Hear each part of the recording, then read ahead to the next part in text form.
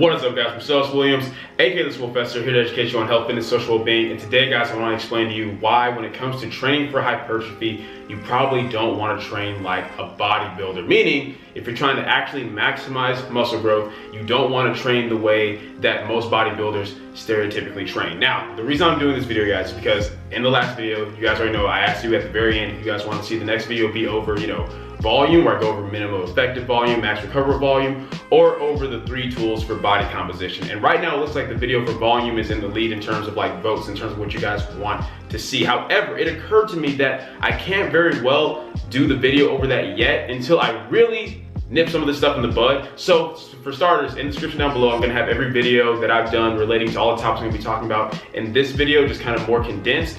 But what I want to talk about, guys, is why a lot of these ideas that hopefully most of you don't even have anymore at this point, but some of the new subscribers may have about like, how to train for muscle growth in bodybuilding does not at all go in hand with actually building more muscle. So I'm talking about things like not locking out on your big movements, not going through a full range of motion on your movements, whether it's compound isolation, dumbbells, and trying to keep constant tension, and even at the sacrifice of total workload, things like that. So first and foremost, you guys already know, hopefully by now, that the most important factor for building muscle or strength, but especially for building muscle, is total workload done. The total amount of volume you're doing, the weight times the sets times the reps, and your total weekly workload, and gradually, progressively overloading with that, meaning gradually adding more workload over time. That's what when people say you have to get stronger to build more muscle, that's what they mean. You're getting stronger in terms of you're building your work capacity. If you can do more sets with the same weight, you've gotten stronger. If you can do more reps with the same weight, you've gotten stronger. If you can do the same sets and reps with more weight, you've gotten stronger. That's what they mean by that, right? So the thing is, guys, when we're talking about like building muscle, and we understand that we want to increase total workload, anything that is going to cause us to decrease total workload is not beneficial for muscle growth. And the reality is, guys, a lot of these things that bodybuilders tell you to do, first and foremost, is very counterproductive to muscle growth, especially for natural lifters. Keep that in mind, guys. A lot of these bodybuilders you look up to, as you guys already know, are on a lot of performance enhancing drugs. But beyond that, a lot of them have great genetics to where, so long as they are doing some form of progressive overload, even if what they're doing isn't optimal, or if they're doing a whole bunch of things that are counterproductive to muscle growth, when you take performance enhancing drugs plus awesome genetics, you're gonna get an amazing physique pretty much no matter what you do. But that is not going to be the case for the vast majority of you watching this. So that's why I try to explain to you what's optimal, what actually works, what doesn't work. It's one thing if what you're doing is is suboptimal, but it's still effective. It's another thing if what you're doing is completely counterproductive to the goal you're trying to accomplish, especially for those of you who are natural. Things aren't gonna go down the way that you think they are. So with that being said, let's get into little things like, for example, okay, constant tension. You guys have to get out of this mindset that constant tension and time under tension are the same thing. They are not. Time under tension is a scientifically proven method that has been misconstrued by the bodybuilding community into this idea of constant tension, when the two are very counterproductive. So once again, we're talking about time under tension, guys. What that refers to is time under load, which means we can increase that, guys, either through increasing the amount of sets we're doing, because that's more time working with that load, increasing the amount of reps, because that's more time working with that load, increasing the amount of weight, because that's more tension, even if you're working with the same, for the same time, that's more tension, or increasing the range of motion, because once again, that's more time under that load. It's not this crazy idea of slowing your reps like more than what you need to. Keep in mind, slow concentrics are pretty much pointless when we're talking about from the standpoint of muscle growth, because a faster concentric, for example, on bench press, exploding off your chest, is gonna cause more muscle fiber recruitment. So if I pause on my chest and then I explode off my chest, that's far more muscle fiber recruitment that's needed to move the weight off fast than if I try to go really slow. Less muscle fiber recruitment, less total muscle growth. And in terms of the eccentric portion, yes, you want to control it, but all evidence and research has shown us that there is no difference in muscle growth from a 2 to 4 second eccentric and a 4 to 6 second eccentric. So slowing it down even more when you're already controlling the eccentric, once again, is not going to add any more muscle growth. So the idea of slowing your reps down to create constant tension on the muscle is counterproductive. Why? You're not going to be able to do as much weight or as many reps for as many sets if you're trying to do your reps slowly, because it's hard to do it that way. Now, yes, oftentimes making a movement harder can be beneficial in the sense of, once again, we're increasing the weight, the sets, the reps, increasing the range of motion, or even like pausing at the bottom of the eccentric would cause more muscle fiber recruitment. Yes, but that's because those are proven methods that actually can increase muscle mass, whereas slowing the reps beyond like already control the eccentric isn't going to do anything for you. Furthermore, the idea of keeping constant tension by, oh, I'm going to make sure that I don't lock out, not only is that counterproductive to your muscle growth, because if you're not locking out, you're not going through the full range of motion, which means you're not doing as much total workload for that muscle group as you could be, but it's also unhealthy because you're screwing your joints. That's why you see so many bodybuilders walking around with, you know, banged up knees, banged up elbows. A lot of people always think it's like, oh, they just went too heavy on things, but how many of these bodybuilders don't even train heavy? They just do a lot of sets and a lot of reps, but they still have all these issues with their elbows and their knees because they're not locking out on these movements, whether it's the big compound movements, isolation movements, dumbbell work. The strongest part of the lift is the lockout, and that's the part where you're really training the joint. Our joints are made to lock out. That's why they can lock out, right? Granted, there's exceptions that people try to use, like people who are like, you know, hypermobile, like double joint and stuff like that, and it's a little bit different for them, but for the general population, you want to lock your joints out because that's the strongest part of the motion. That's how you train the joints to become strong along with the muscle. So if you're not doing that, not only are you screwing your joints, but you're also cutting down the total workload you're doing on that muscle group, which is stupid and pointless. So the idea of like, oh, I'm gonna train like a bodybuilder, if that's your idea of how training like a bodybuilder is very counterproductive to training for hypertrophy. Here's the truth, and this is the main point of this video. I know this seems, the first part is kind of repetitive things I've done before, but I just have to emphasize it for those of you who are maybe newer to the channel.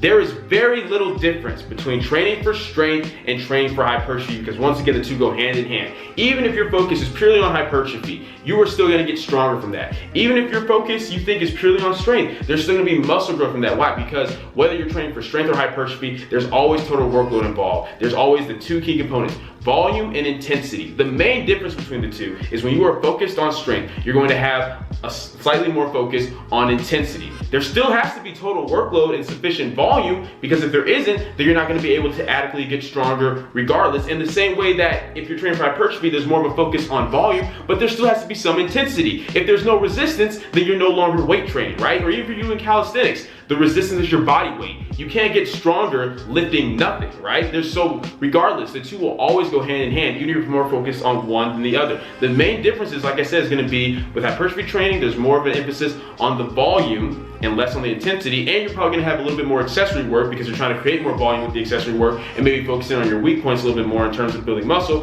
Whereas if you're focused more on strength, there's gonna be slightly more focus on intensity, working with heavier loads, but you're still gonna try to increase the workload and the volume with those heavier loads as the intensity goes up. And regardless, with both intensity and volume, you get to a point where when you've been training for quite a long time, there has to be a gradual decrease in the volume as the intensity goes up regardless. And there needs to be an overall decrease in volume when you get towards the end of a training cycle regardless, so that you can adequately recover before going into your next training cycle. But that's the thing, guys, those are the main differences between training for strength and hypertrophy. It's not all these fancy techniques that, one, don't do anything to help build extra muscle, and two, more often than not, end up screwing you as far as your health and longevity. You guys have got to get away from this nonsense. You guys have got to get away from these appeal to authorities where it's like, oh, well, so-and-so said this. I don't care if it's a YouTuber. I don't care if it's a bodybuilder. I don't care if it's a doctor. Like, that doesn't make everything they say to be true. It doesn't make everything they say to be right. Granted, I don't know any physical therapists or doctors out there who are telling you, hey, don't train through full range of motions with your exercises, because hopefully they're knowledgeable to know that's gonna screw your joints. But my point is,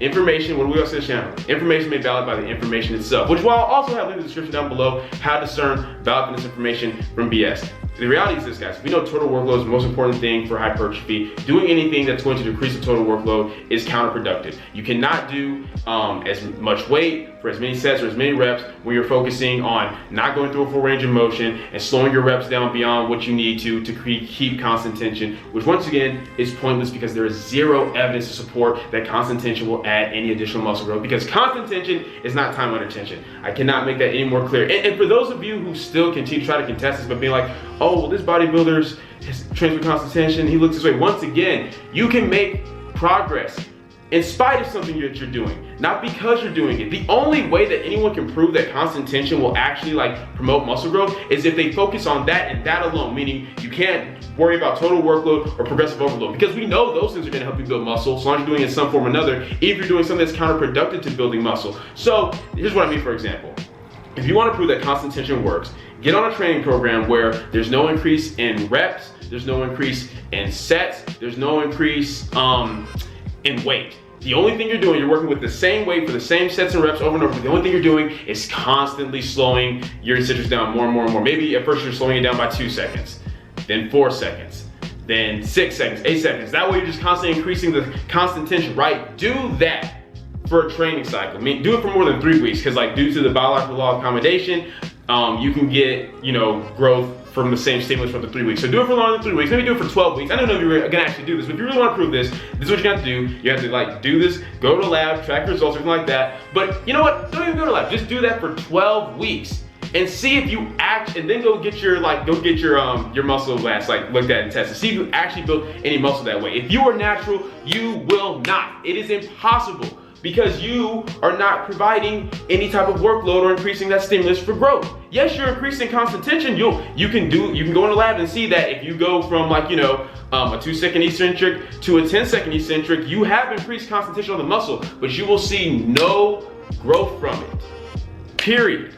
So unfortunately, guys, I'm sorry, a lot of your favorite bodybuilders don't know a lot of your favorite bodybuilders aren't exercise specialists. They aren't physiologists. They don't understand anything about anatomy physiology. All they know is how to lift weights and repeat things that they have been told over and over and over again. But you guys have got to get away from that, because you're not gonna be able to fully understand or apply the different concepts that I'll try to teach you in some of these videos if you're instead of actually listening to the videos and listening to the information. Mind you, information that's not my opinion, scientifically proven facts. If you're trying to always like fight against that based off dogmatic bodybuilding mentality that you've heard, then you won't even take the time to actually think about it, you know, digest it, and then apply it. So that's why I had to make this video, guys, just to make that clear. If you want to train for hypertrophy, then you gotta stop thinking like a bodybuilder and start thinking like a scientist, basically. That's really how you have to go about it. Like, you don't have to get into all the deep science behind it, but there's gotta be some critical thinking. If I know that, hey, this is the key to muscle growth, and bodybuilders are telling me to do this other thing that is counterproductive to the key to muscle growth, why would you keep doing it? It doesn't make any sense. And furthermore, quit getting so caught up on, well, so-and-so keeps saying he does it, and look at his results. Okay, but are you getting results from it? No, so stop doing it. It doesn't make any sense. But anyway, yeah. That's it for this video, guys. Hope you enjoyed it. If you did, go ahead and leave a comment down below. Let me know what you did. If you're not, leave a comment down below. Let me know what I can do to get better. Like the video, share, subscribe. Keep it simple, specific, scientific. I'll catch y'all later.